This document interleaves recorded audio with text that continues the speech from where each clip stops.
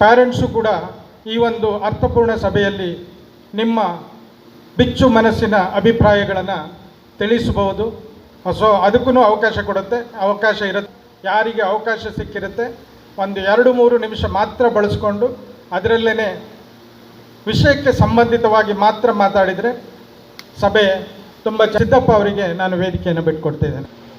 ಮತ್ತು ಈ ವೇದಿಕೆ ಮೇಲೆ ಆಸೀನರಾಗಿರ್ತಕ್ಕಂಥ ಕೇಂದ್ರ ಈ ವಿಷನ್ನ ಎಲ್ಲ ಸಿಬ್ಬಂದಿ, ಆಡಳಿತ ಮತ್ತು ಶಿಕ್ಷಕ ವರ್ಗ ಎಲ್ಲರನ್ನೂ ನಾನು ನಮಸ್ಕರಿಸುತ್ತಾ ನನ್ನ 2 ಮಾತುಗಳನ್ನು ಪ್ರಾರಂಭ ಮಾಡ್ತೇನೆ.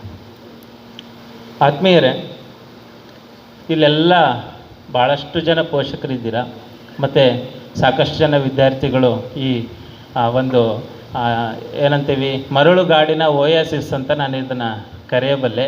ಯಾಕೆ ಅಂತಂದರೆ ಈ ಭಾಗದಲ್ಲಿ ಇಂಥ ಒಂದು ವಿಶೇಷವಾಗಿರ್ತಕ್ಕಂಥ ಒಂದು ಶಿಕ್ಷಣ ಕೇಂದ್ರ ಇಲ್ಲಿ ತೆಗೆದಿರೋದಕ್ಕೆ ಮಾತನಾಡು. ಪ್ರಾಚೀನ ಕಾಲದಿಂದಲೂ ಸಹ ಶಿಕ್ಷಣ ಮತ್ತು ಪ್ರಾಚೀನ ಕಾಲ ಹಾಗೂ ಆಧುನಿಕದಲ್ಲಿ ಶಿಕ್ಷಣ ನಮ್ಮ ಜೀವನದಲ್ಲಿ ಒಂದು ಅವಿಭಾಜ್ಯ ಅಂಗವಾಗಿದೆ. ಸೊ ಶಿಕ್ಷಣ ಆಗಲೂ ಇತ್ತು, ಈಗಲೂ ಇದೆ. ಆದರೆ ಅದರ ಆಯಾಮ, ಅದರ ರೂಪುರೇಷೆಗಳು ಈ ಆಧುನಿಕತೆಗೆ ಬದಲಾಗ್ತಾ ಇದೆ. ಸೊ ನಾವು ಮೊದಲ ತರಹ ಶಿಕ್ಷಣವನ್ನು ಪಡ್ಕೊಂಡ್ರೆ ಈಗ ನಾವು ಸರ್ವೈವ್ ಆಗೋದು ಭಾಳ ಕಷ್ಟ. ಆದ್ದರಿಂದ ಆಧುನಿಕತೆಯಲ್ಲಿ ವಿಜ್ಞಾನದ ಮತ್ತು ತಂತ್ರಜ್ಞಾನದ ಒಂದು ಹೊಳಪನ್ನು ನಾವು ನೋಡಬಹುದು. ಹಾಗೆ ಆ ಹೊಳಪನ್ನು ಸಹ ನಾವು ಕೆನರಾ ಇ ವಿಷನ್ ಕಾಲೇಜ್ ನಮ್ಮ ಮತ್ತು ಟೆಕ್ನಾಲಜಿಯನ್ನು ಏನು ಬಳಸ್ಕೊಳ್ತಾ ಇದ್ದೀವಿ ಆಧುನಿಕತೆ ಶಿಕ್ಷಣಕ್ಕೆ ನೀವಿಲ್ಲಿ ನೋಡಬಹುದು. ಹಾಗೆ ಸ್ಪರ್ಧಾತ್ಮಕ ಪರೀಕ್ಷೆಗಳು ಮತ್ತು ಒತ್ತಡ. ಈ ಸ್ಪರ್ಧಾತ್ಮಕ ಪರೀಕ್ಷೆಗಳು ಅಂದ್ಕೂಡಲೇ ನಮಗೆ ಫಸ್ಟ್ ನಮ್ಮ ದೇಶದಲ್ಲಿ ಈ JEE ಇದರಲ್ಲಿ IITs ಏನಂತ ಹೇಳ್ತೀವಿ, ದೇಶದಲ್ಲಿ ಇರುವಂಥ IITಸು 23 IITsಗಳಿದ್ದಾವೆ. ಟೋಟಲ್ ಸೀಟು 17,000, ಹೆಚ್ಚು ಕಡಿಮೆ 17,000 ಸೀಟ್ಗಳಿದ್ದಾವೆ. ಪರ್ಸೆಂಟೇಜ್ ಆಫ್ ಪಾಸಿಂಗ್ ಆರ್ ನಾವು JEE ಅಡ್ವಾನ್ಸ್ ಏನು ಪಾಸ್ ಆಗ್ತಾರಲ್ಲ ಅಥವಾ ಅಲ್ಲಿ ಸೀಟ್ ಸಿಗೋದು ಬರೀ 1%. ಹಾಗೆ ನೀಟಿಗೆ ಸಂಬಂಧಪಟ್ಟರೆ 1 ಲಕ್ಷ ಸೀಟ್ಗಳಿದ್ದಾವೆ ಟೋಟಲ್ ಇಂಡಿಯಾದಲ್ಲಿ. ಅದೇ ರೀತಿ 386 ಗೌರ್ಮೆಂಟ್ ಕಾಲೇಜ್ಗಳು ಇದ್ದಾವೆ.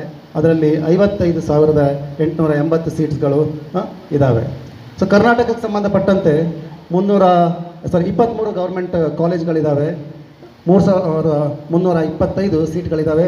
ಪ್ರೈವೇಟಲ್ಲಿ 44, ಹಾಗೆ 7,495 ಸೀಟ್ಗಳಿದ್ದಾವೆ. ಟೋಟಲ್ ಲೆಕ್ಕ ಹಾಕಿದ್ರೆ 67 ಕಾಲೇಜ್ಗಳು 11,000 ಸೀಟ್ಗಳಿದ್ದಾವೆ. ಪಾಸಿಂಗ್ ಬರ್ಬೋದು.